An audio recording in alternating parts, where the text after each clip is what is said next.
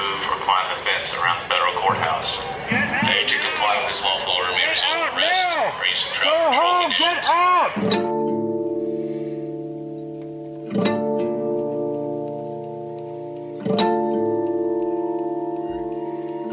Up until July 2020, there was relatively little on a national level that separated Portland's BLM protests from the ones happening everywhere else.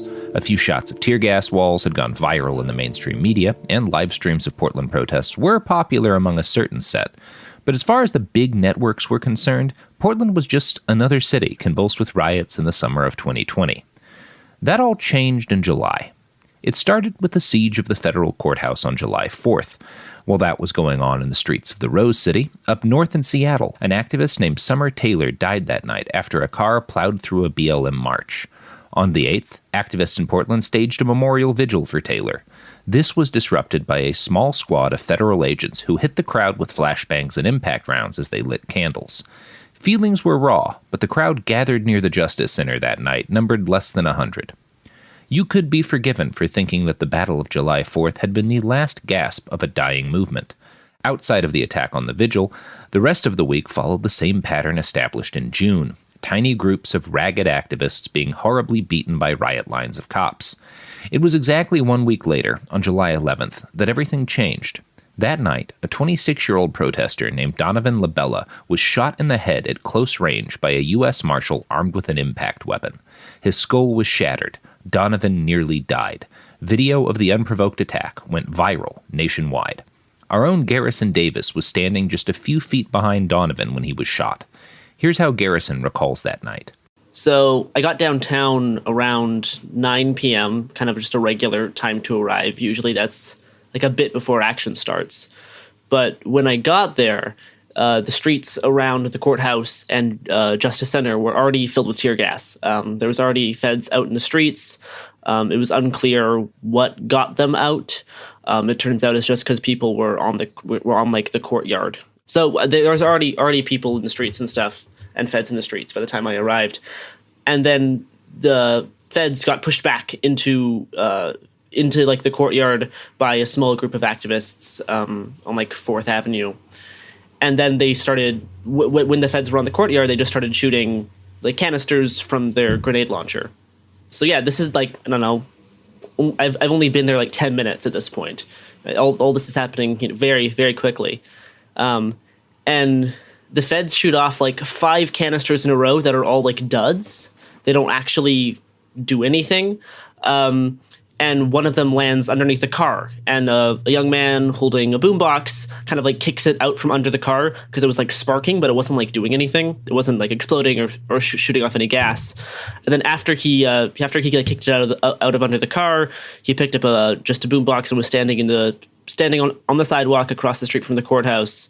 I was like 5 feet to his right, and then he just got shot in the head. He was just standing there with a boombox, and he collapsed on the ground. I remember hearing, I heard like the shot and I heard the fall. I didn't see him fall, but by the time I looked over, he was on the ground bleeding out of his head, and very quickly people came over and grabbed him. The thing that sticks out most is when they grabbed him and pulled him away, just how limp his body was. Like it was a very lifeless body. His head was like bobbing everywhere, which probably wasn't great. You should, when you're picking someone up like that, you should try to make sure that doesn't happen. But yeah, he was just so lifeless in that moment. They took him into the park. Some medics started, people yelled medic. Medics came over, started to try to stop the bleeding, and an ambulance came about like 10-15 minutes later, but like it felt a lot longer. It felt like they were taking forever to arrive. But there was a lot of blood on the sidewalk, a lot of blood in the park. The grass was like soaked. Donovan very nearly died from his injuries. As we write this episode, in December of 2020, he's just recently been released from the hospital following another round of treatment for the infections caused by his injuries. He has suffered permanent cognitive damage. The brutality with which Donovan was assaulted enraged Portlanders, even those who had not previously been active in the streets.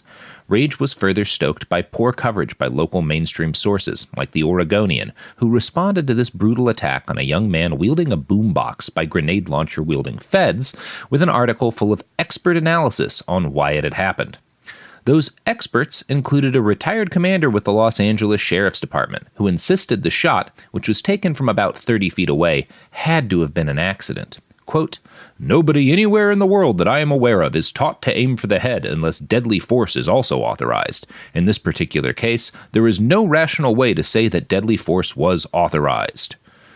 Overall, the article was crafted to leave the reader with the opinion that LaBella's injuries must have been a tragic accident in the heat of the moment, rather than an angry and undisciplined federal agent choosing to permanently injure a 26-year-old armed with speakers. The good news is that no one bought it. Portlanders were outraged by what happened to Donovan. More protesters began to trickle into the nightly demonstrations outside the Justice Center, which switched their attention to the adjacent federal courthouse. Connor O'Shea had gotten his start attending Rose City justice marches. He switched over to attending the nightly confrontations against the police after he got bored of marches that seemed to go nowhere. I'd be like, wait, what's going down by the Justice Center? What's happening over there? I want to go over there. Why is everybody going back home?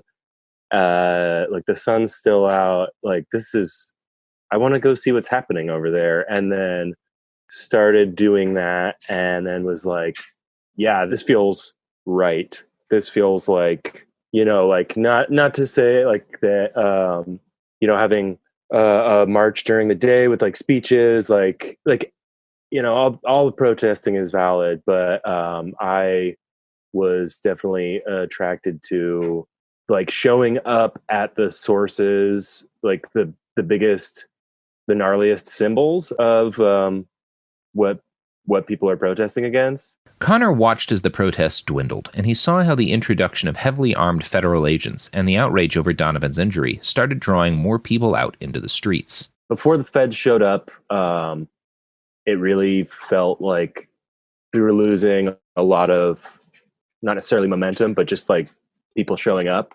Numbers were kind of coming down a little bit, which is to be expected. But when they did make an appearance, like aggressive appearances, it totally served as a catalyst for further like when they should know by now, like when they show up, cops and feds,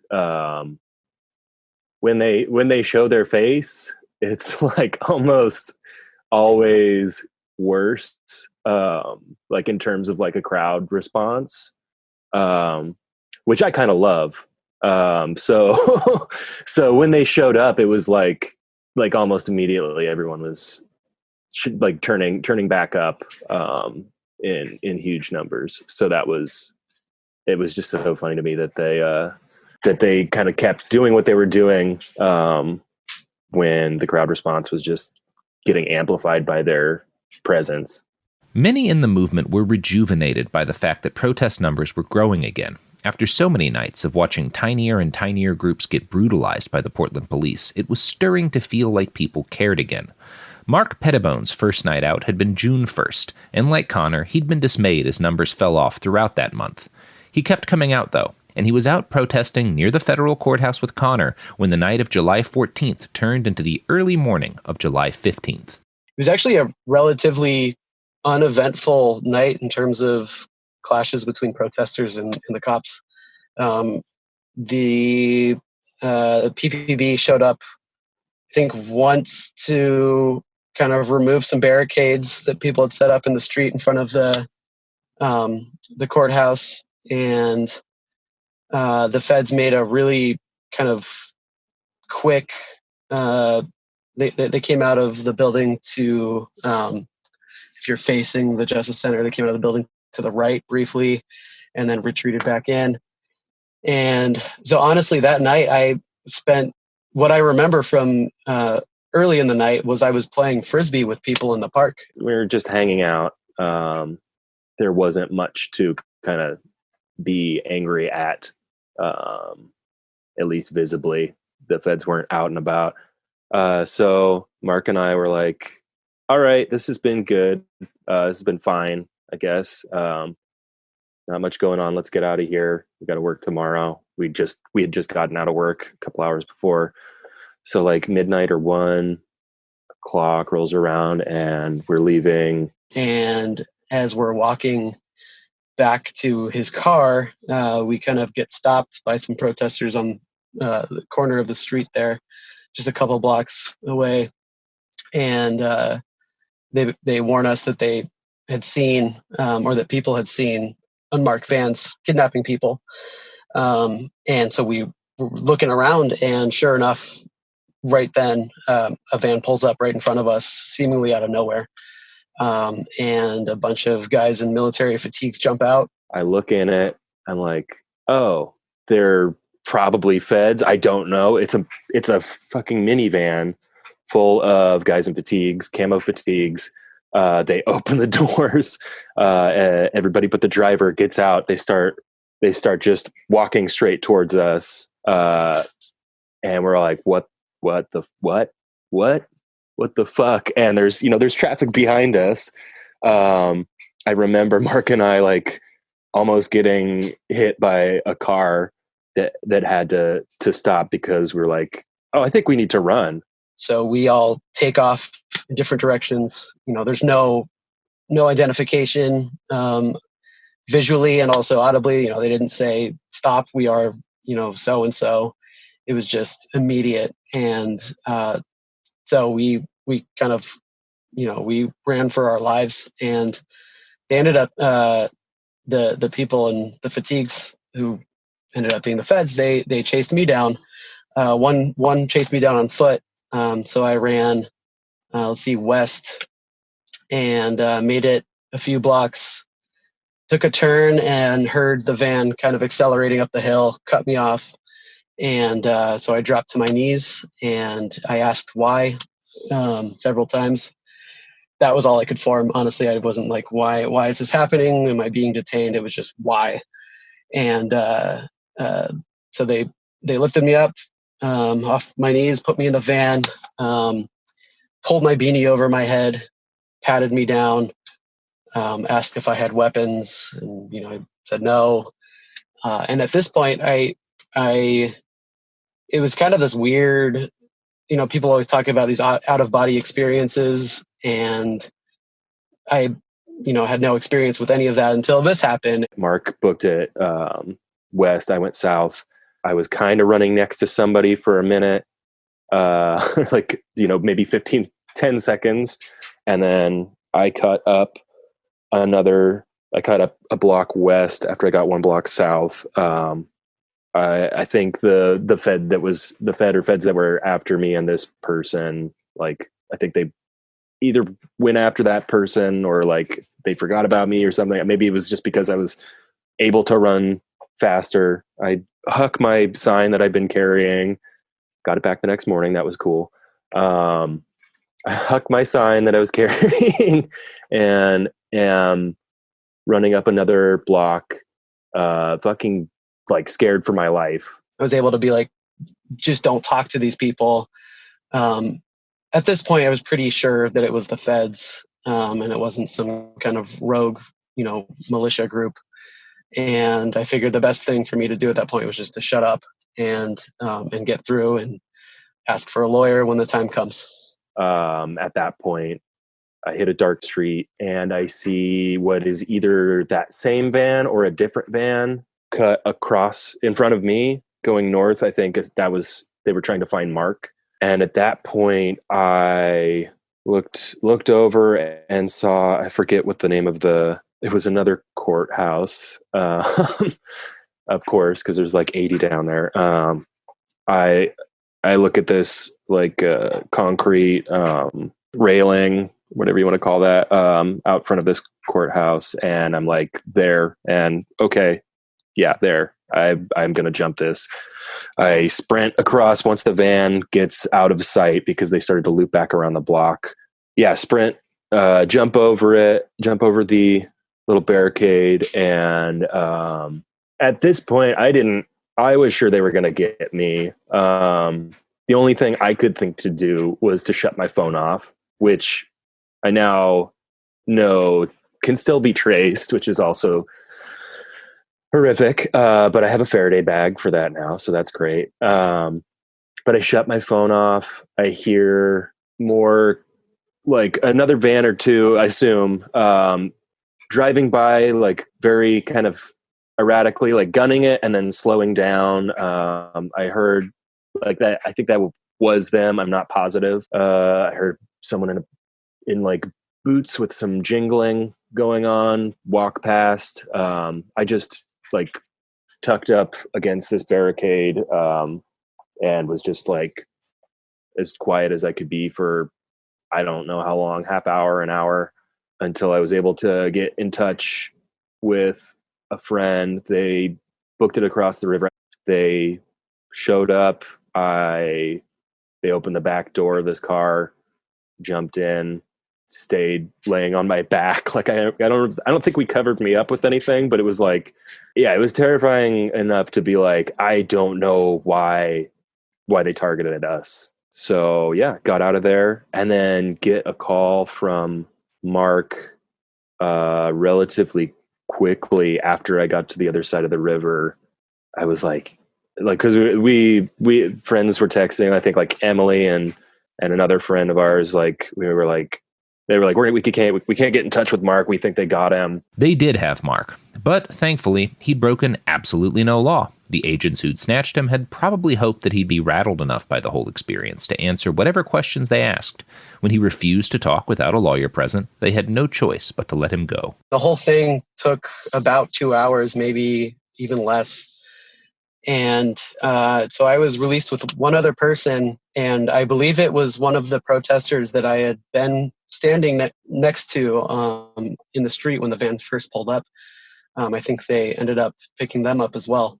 So they released the two of us at the same time. And, this is after they read me my rights once I was shackled and in a cell, and asked if I wanted to waive them.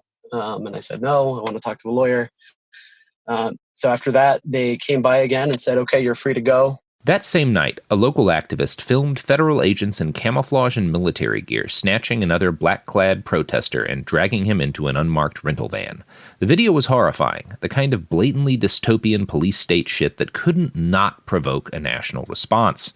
And it did. Within a day, the video had been viewed millions and millions of times. The story broke nationwide on the 17th, when the Washington Post, BuzzFeed, and basically every major news source reported on Portland's federal snatch vans. Now we have some video that was posted to Twitter from last night. The Post says that federal officers rushed up and arrested someone for no reason. Unmarked police vehicles, they're not police vehicles. Right. They're just vehicles. They're rentable vans. They're like consumer rentable vans filled with guys in paramilitary gear who are supposedly federal policemen. Unmarked vans have unleashed tear gas into crowds, rounded up and detained protesters, and even shot one man in the head with a non-lethal round, causing serious injury. Their presence and their tactics have raised questions about the use of federal agencies to police cities, even when local authorities don't want them there. We crooked.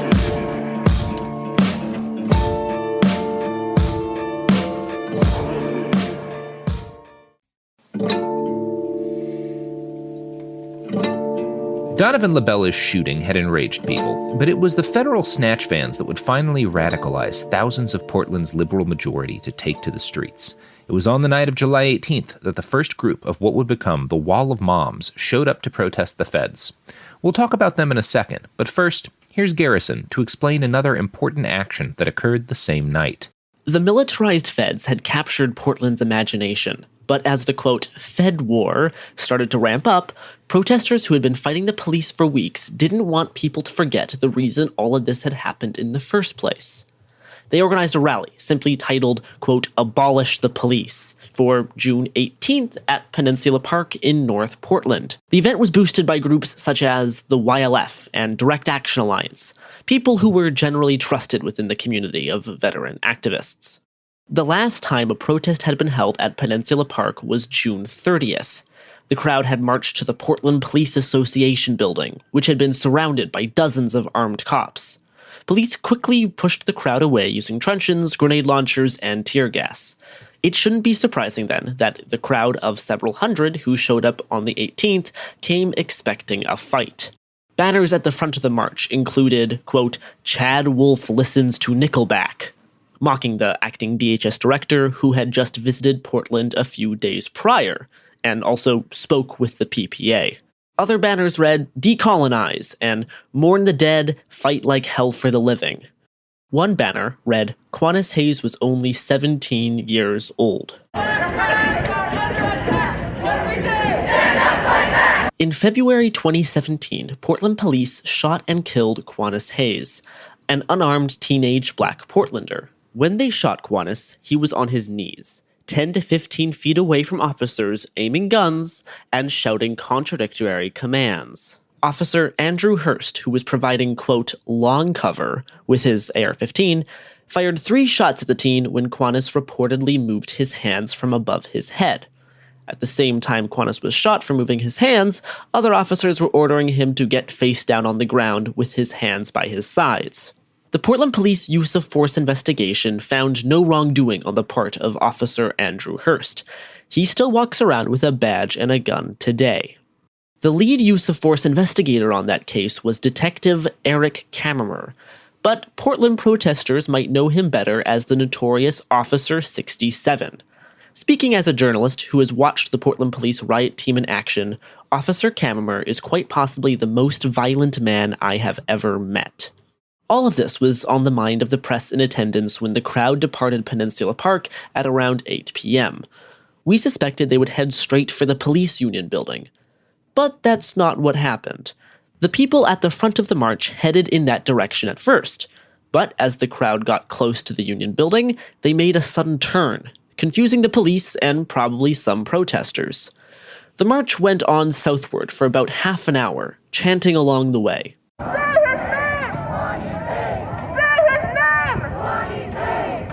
Soon enough, the crowd arrived at the surprise destination, the Portland Police North Precinct. Only a handful of officers were present when the group of marchers approached the building, and said officers quickly moved inside. As they did, hundreds of people chanted, "Quit your job!" Protesters hung out in the precinct parking lot for almost an hour. Officers had been so surprised by their arrival that a police car was left sitting unattended in the middle of the crowd. It was tagged with graffiti and a banana peel was placed on its hood, but nothing else. As was inevitable, the police LRAD eventually arrived and ordered the crowd to leave, under threat of arrest and tear gas. On previous evenings, the crowd would have just stood around, defiant and waiting to get all beaten up and gassed. But tonight was different. As the LRAD blared threats, people in the crowd yelled, "Be water!" echoing a Hong Kong slogan, and the crowd began to move once again. You need to vacate the facility's parking lot and move back to Northeast MLK Boulevard. Failure to follow this direction may subject you to arrest, citation, or use of force, including crowd control munitions. The tactical decision to move after the LRAD's warning apparently bamboozled the police, as the nearly 500 protesters were able to swiftly march north to the completely unguarded PPA building. Dumpsters were overturned to block the street, and protesters in Black Bloc assembled a makeshift battering ram out of random materials nearby. No one said anything, but the crowd knew what was about to happen. People were going to enter the police union building. Dumpster fires were started to block the police from seeing what was happening. In due time, the LRAD arrived, and an audibly nervous LRAD operator ordered people not to enter the PPA. This is the Portland Police Bureau. This is a residential area. We noticed criminal activity occurring in this crowd. If you attempt to breach and enter the PPA office, you'll be subject to arrest or use of force to include crowd control munitions. But for the Portland police, it was too little too late. People had already broken through the front door of the police union building and lit a small fire inside. As soon as the riot police arrived, the crowd began dispersing. People had no desire to fight the cops this night. They'd achieved their goal, and now it was time to run like hell. Police chased the crowd for a few blocks, shooting off tear gas, tackling and arresting anyone they could get their hands on during bull rushes.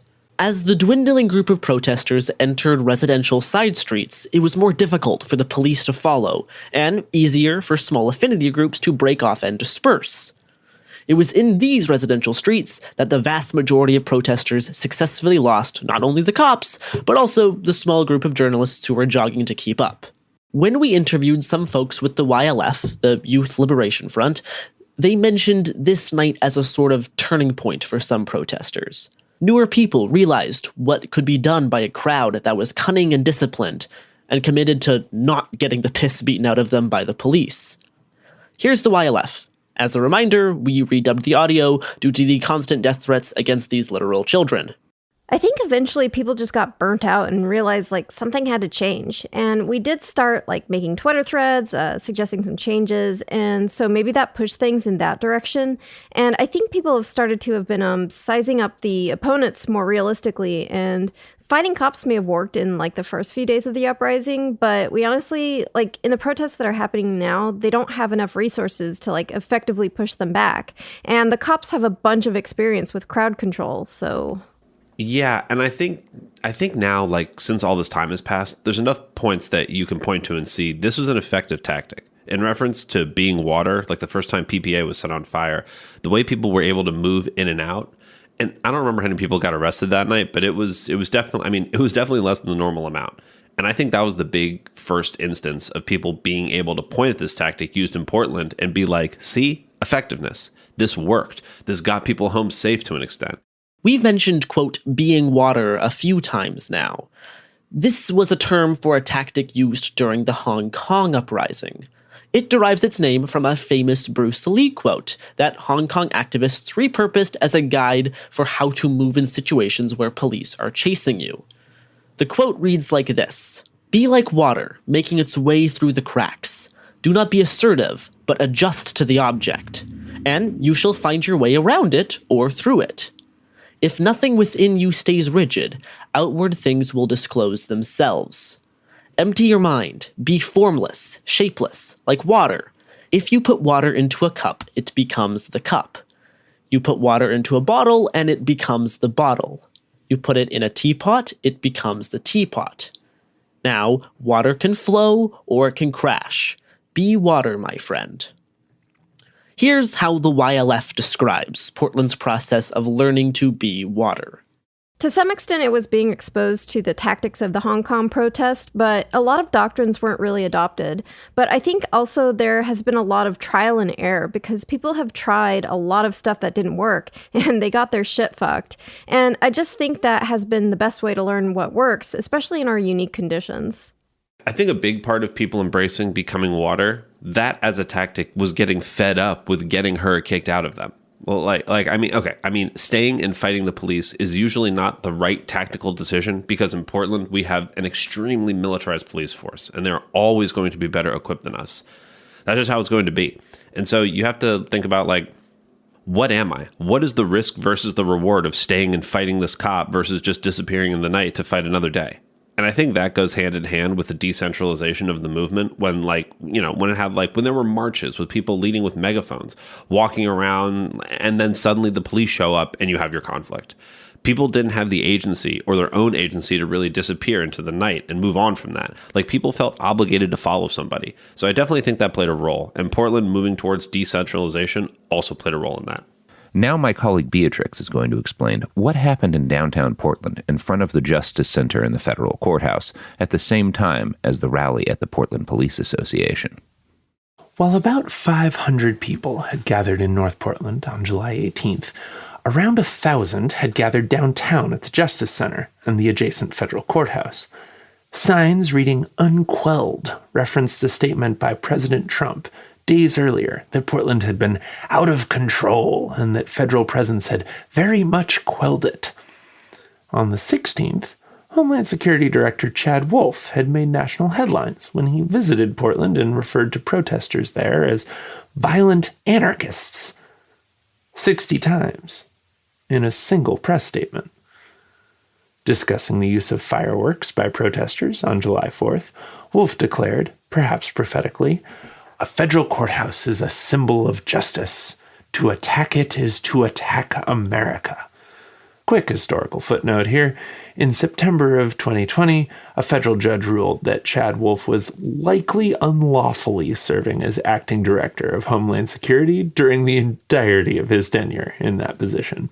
We crooked.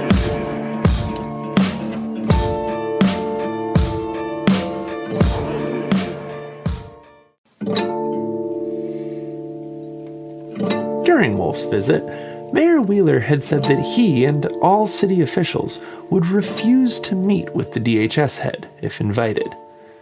However, the day after Wolf's visit, the Portland Mercury reported that Daryl Turner, the head of the Portland Police Association, had met Chad Wolf without approval from either the mayor or the police chief. Chief Lovell would not say definitively whether any officers had met with DHS, but photos showed uniformed PPB officers speaking to Chad Wolf during his visit.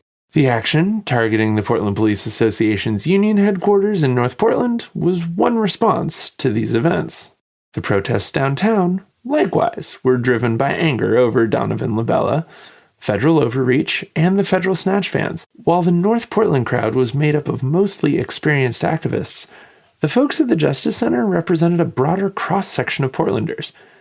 Several images from the 18th went viral both nationwide and locally, and would bring more of the city's liberal majority out into the streets. One such video showed a 53-year-old Christopher David surrounded by tear gas, approaching armored federal agents.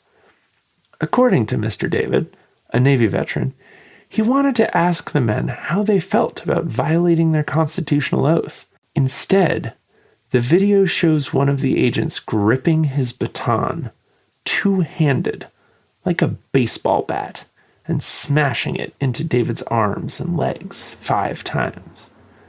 Another agent then steps forward and maces David in the face as he stands motionless. He walks away after the attack, middle fingers raised on his broken hands. As of this recording, video of the assault has been viewed more than 15 million times. Another viral moment came when a group of about 40 people, calling themselves Moms Against Police Brutality and dressed in white, were horribly tear-gassed by federal agents. Videos of the attack incensed thousands of Portlanders and led to the creation of the famous Wall of Moms. Courtney is an indigenous Hawaiian Portlander. She's one of the moms who came out on July 18th. Here's what she recalls.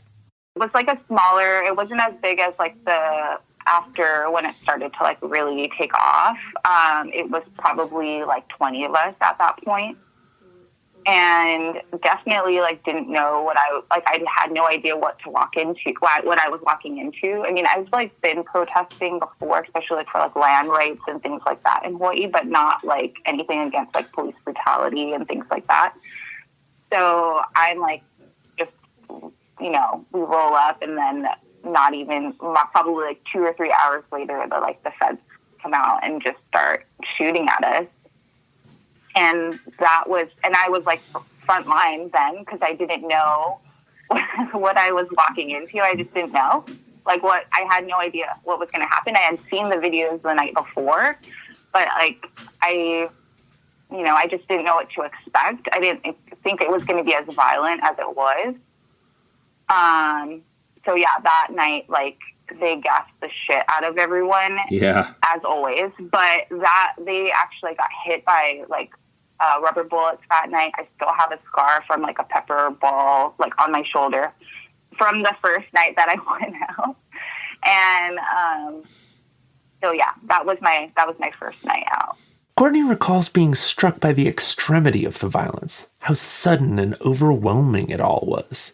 I honestly just didn't expect I didn't expect the close range shooting, first of all. I didn't expect the amount of gas that they were using on people. I just, it's different when you're watching it on a stream versus actually being there in person.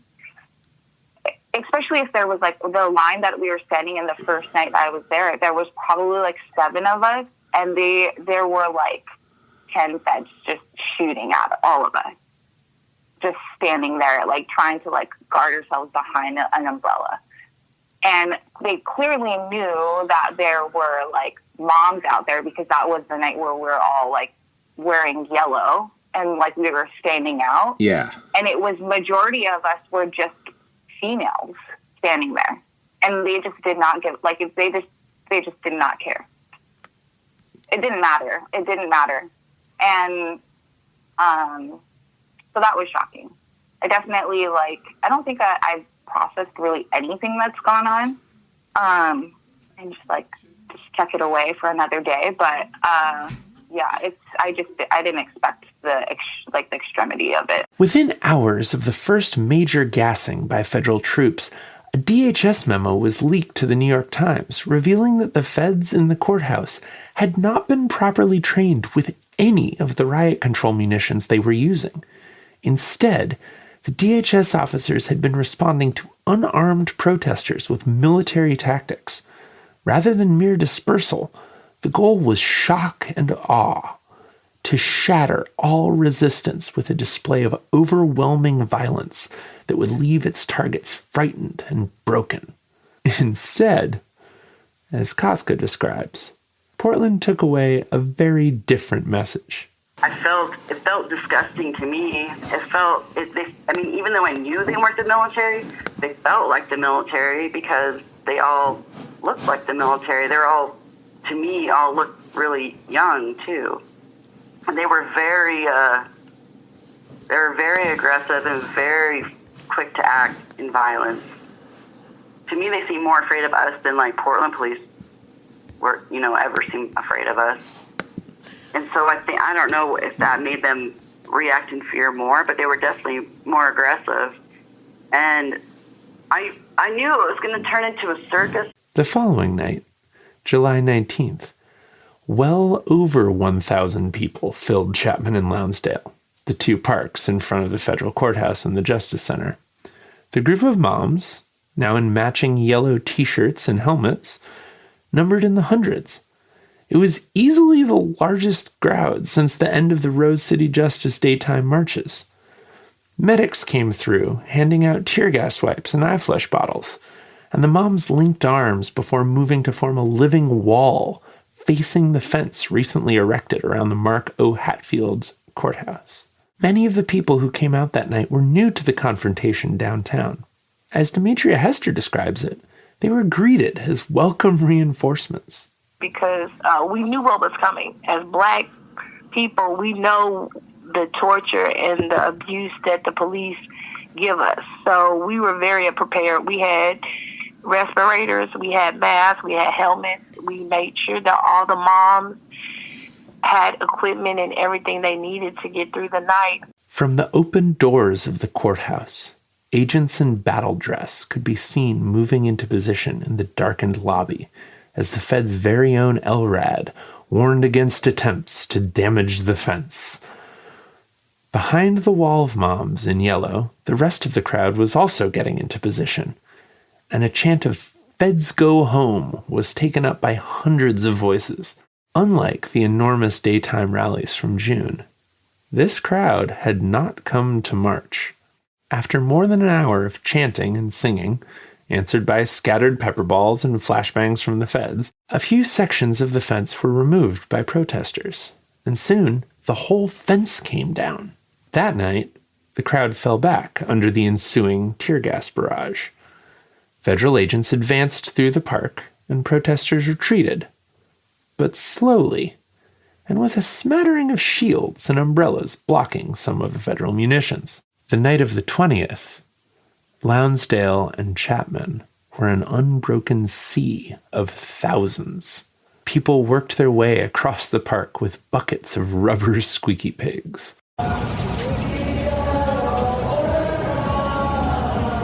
Speeches echoed over the PA from the steps of the boarded-up Justice Center under the words, "Fed goons out of PDX," projected in letters 5 feet high.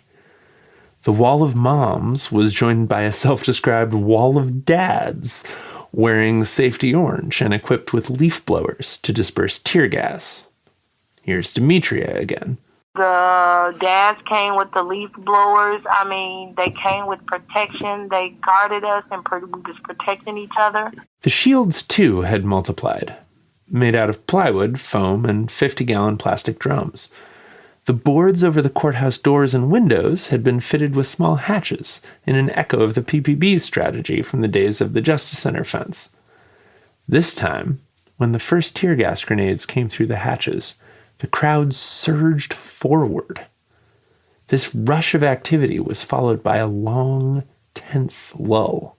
For 2 hours, the crowd sang and danced, yellow-clad moms forming a kick line where the fence had stood only a day earlier.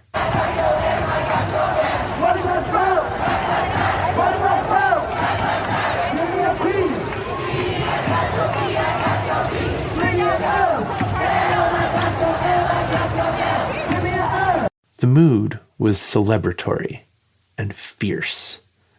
Using sections of chain link fence, lumber, and other debris, members of the crowd wedged shut some of the doors and hatches covering the front of the federal courthouse. Some people tore at the plywood covering the courthouse door with their bare hands. There was no coherent strategy to this, but the sentiment was unmistakable. Portlanders were no longer on the defensive against the federal occupation. When federal agents finally emerged from the building, it was less a clean charge and more a series of shoves. After a scuffle with protesters, one agent responded by drawing his sidearm and pointing it at eye level into the crowd. Protesters backed up, but few people actually left.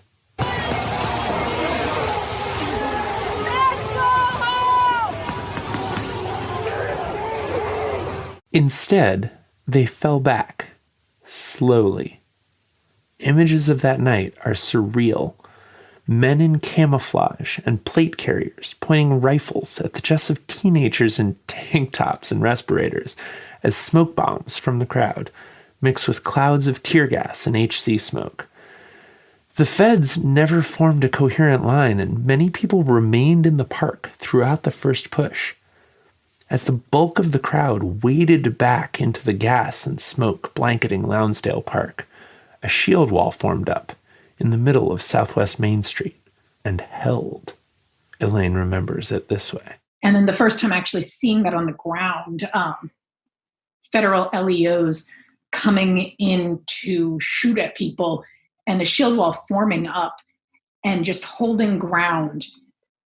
And it was amazing to see how the federal forces didn't seem to know what to do with people just standing their ground and protecting themselves. And so they just were shooting and shooting and shooting. And there was this incredible moment where suddenly I heard this it was the farting sounds of their paintball guns that they were shooting pepper balls and rubber balls at the protesters with just running out of air because the shield wall was holding and people were keeping it together and protecting the people behind them.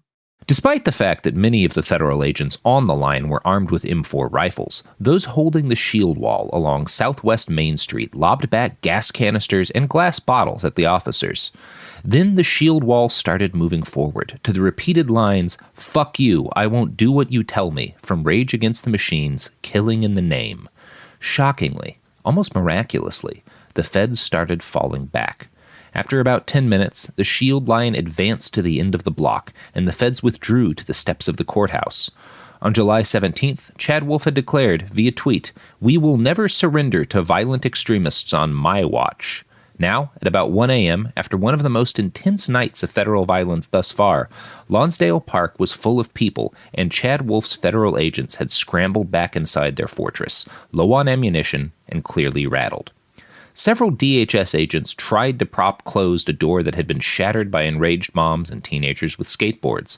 Others attempted to fire out of murder holes, only to be stymied in this by teenagers hucking dozens of bottles at their gun hands. The feds would push out again that night, but federal charges no longer provoked protesters into automatic retreat. Portland had gotten a taste of what it felt like to face down the violence of federal agents, and they even seemed to like it. For the next several weeks, the city would begin to treat fighting the feds as a citywide pastime. In our next episode, We'll talk about how this dystopian side mission became the setting for a national media spectacle, how an armed coup took over a rib restaurant, and so much more. Word to grandpops who couldn't fathom the Obamases. I don't hate America, just the man she keeps her promises.